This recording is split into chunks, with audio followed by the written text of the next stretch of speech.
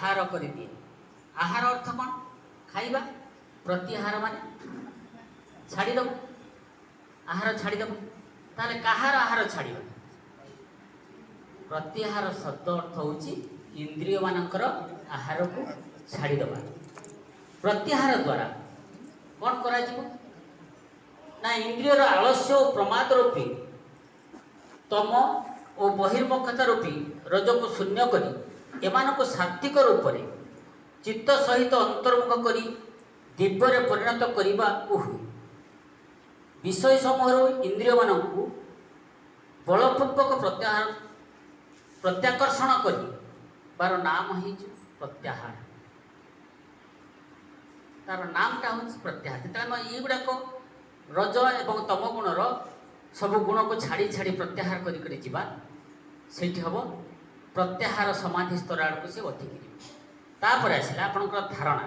धारणा द्वारा चित्तर मूढ़ और क्षिप्त रूपी तमस और रजस को दूर करी ताहाको सात्विक रूप से वृत्तिमात्रिक जो विषय चित्त को धारणा करा जाए सही विषय रे अविच्छिन्न तैलधार परी चित्त एकता प्रवाहर नाम हूँ ध्यान। तेणु आम जो मनर अवस्था केते आज्ञा? 5टा। कौन कौन से? प्रथम है विक्षिप्त, तापर है प्रथम है क्षिप्त, तापर है मूढ़, तापर विक्षिप्त, तापर एकाग्र, तापर निरोध। तेणु यही 5 अवस्था क्रम 6 हो जाए। अवस्था क्रम 6 किमिति ना जेते पर्यंत विक्षिप्त अवस्था पर्यंत मन रही। क्षिप्त अवस्था मन अच्छी, मूढ़ अवस्था मन अच्छी, विक्षिप्त अवस्था मन अच्छी एवं चित्तर प्रवेश होते। विक्षिप्त अवस्था बहिर्मुखी हवा मन, अंतर्मुखी हवा आत्म सत्ता आड़ को निज आड़ को जो आकर्षित होगा से आसो चित्त अवस्था। से 2 हो गए मन एवं चित्त विभाजन से तापर जितेबले से भावना को नहीं अंतर्मुखी हो चलला से प्रत्याहार पर से कौन कला ना धारणा नहीं एवं ध्यान रे उपनीत हो गला ध्यान समाधि। से हम कौन ना आस्ते आस्ते आस्ते आस्ते सी पुणी एकाग्र अवस्था धारण कर सारा पर ध्यान रे एकाग्र अवस्था धारण करला निरोध अवस्था को चली समस्त वृत्ति को सी निरोध अवस्था छाड़ी छाड़ी चलीगला निजे किए खुजी खुजी खुजी खुजी भीतर को सी पशिगला। से अवस्था ही समस्त वृत्ति को छाड़ीदबा, समस्त वृत्ति को वशीभूत करदबा सेटा हूँ समाधि। एवं से वृत्ति को निरोध करने जो समाधि स्तर को जीवाई आम शरीर जो विचलित अवस्था ये सबूर कारण किए? ये सब शरीर भितर जो विचलित अवस्था आसूची, मनर विचलित अवस्था आसूची, चित्तर स्थिर अवस्था आसव ए समस्त दायी किए? से योग साधन करा जाए। ये समस्त को आयत्त को आने योग साधन करा जाए।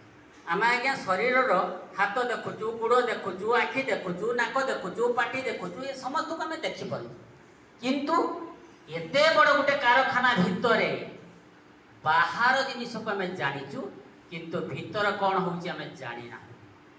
कहीं समस्त भावना सब परिवर्तन होची, कर्म होची, शरीर रोगग्रस्त होची, शरीर सुस्थ होची, शरीर शांत होची, शरीर विचलित होची। ये सबूर कारण होची आम शरीर भितर आम जो साधन करुचु षडचक्र साधन करुचु ना केते षडचक्र आउ 12टी है उपचक्र।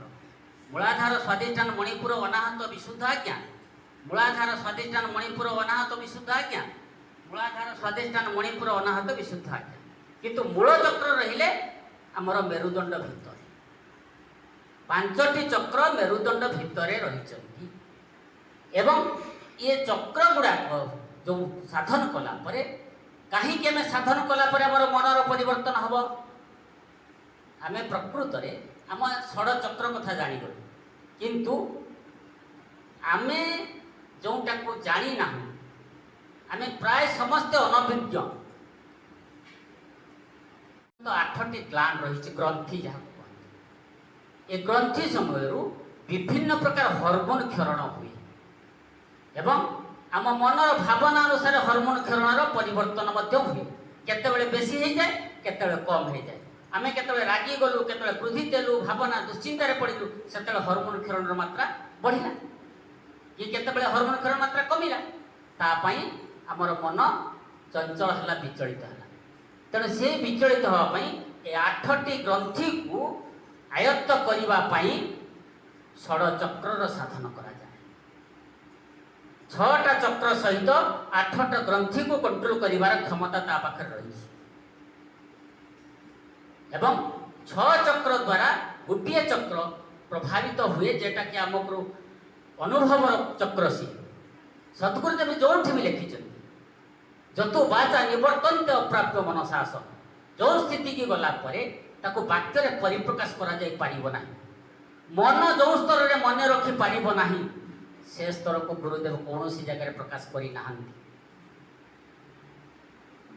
किंतु आमर वैदिक शास्त्र मानकरे विभिन्न जिनिस लेखा अछि शरीर 3 लेखा हला वैदिक शास्त्र किंतु जो स्थिति रे प्रकाश करा जाय पारिबो नाही सद्गुरुदेव सेहिति पई से शरीर को लेखि नाही स्थूल शरीर सूक्ष्म शरीर एवं आउ गोटे शरीर को आमर जो वैदिक शास्त्र मानक रही सी हूँ कारण शरीर एवं से कारण शरीर को से लिखिं तार अवस्था केते समय पर्यंत कारण शरीर धारण करे जानी कारण शरीर धारण करिवार समय हूँ गोटे बिजुली झलक जी मेघरे बिजुली मारे जी समय झलक आसे से समय से शरीर भितर प्रवेश करे सूक्ष्म सूक्ष्म को डायरेक्ट जापर ना तेणु कारण शरीर धारण कर शून्य जिते त्रिगुणातीत होते सूक्ष्म शरीर को सी पुणी जीव त्रिगुणातीत नहला पर्यंत सेतबेले महेश्वर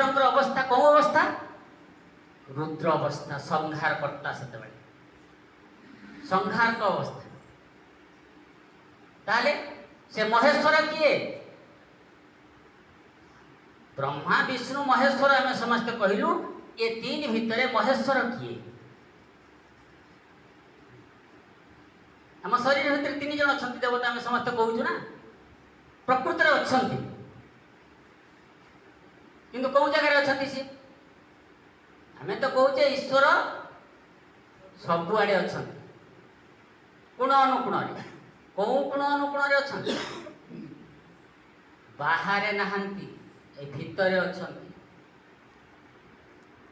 पिंड ब्रह्मांड एक करी देखा पूर्वे मुनि माने करंती लेखा जो मुनि ऋषि माने ब्रह्मांड बोली कहिसंती से पिंड पादरु मस्तक पर्यंत एवं एथिरे त्रिदेव विद्यमान अछंती ए त्रिदेव हेले ब्रह्मा हेले शरीर शरीर हेले ब्रह्मा सृष्टिकर्ता बिना शरीर रे केबे केही सृष्टि करि पारंती कि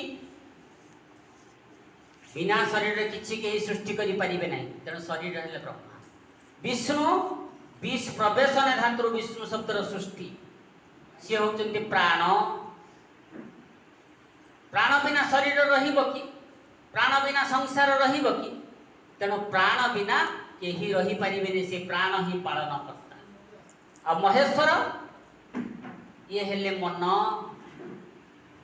ए मनर दुईटी अवस्था क्या गोटे है शिव अवतार गोटे है रुद्र अवतार शिव अवतार रे शिव कल्याण धातु शिव शब्दर सृष्टि जो कि मंगल कामना सारा विश्वर मंगल कामना करुच्ची भावना मन से सी शिव आ रुदती रुदयती रुद्र निजे कांदे अन्य को कंदाए एवं छाड़ी छाड़ी संहार करी चले जितेबले ये जन्मर शरीर को सी न छाड़ी जिते संहार न करिछि सेते पर्यंत नूतन शरीर से धारण करि परिबो नाही जिते पर्यंत मन अच्छी चित्त अच्छी ये समस्त कथा जदि ठीक मार गर्भर भूमिष्ठ हवा समय जदि से मन रखि पारि थांता जदि सूक्ष्म शरीर को जाई थांता ताले से मन रखि पारि थांता तेणु जो अवस्था बेले से सूक्ष्म शरीर त्रिगुणातीत हो गला सेते बेले ପୂର୍ବଜନ୍ମର ସମସ୍ତ ଭାବନା ତା ପାଖରେ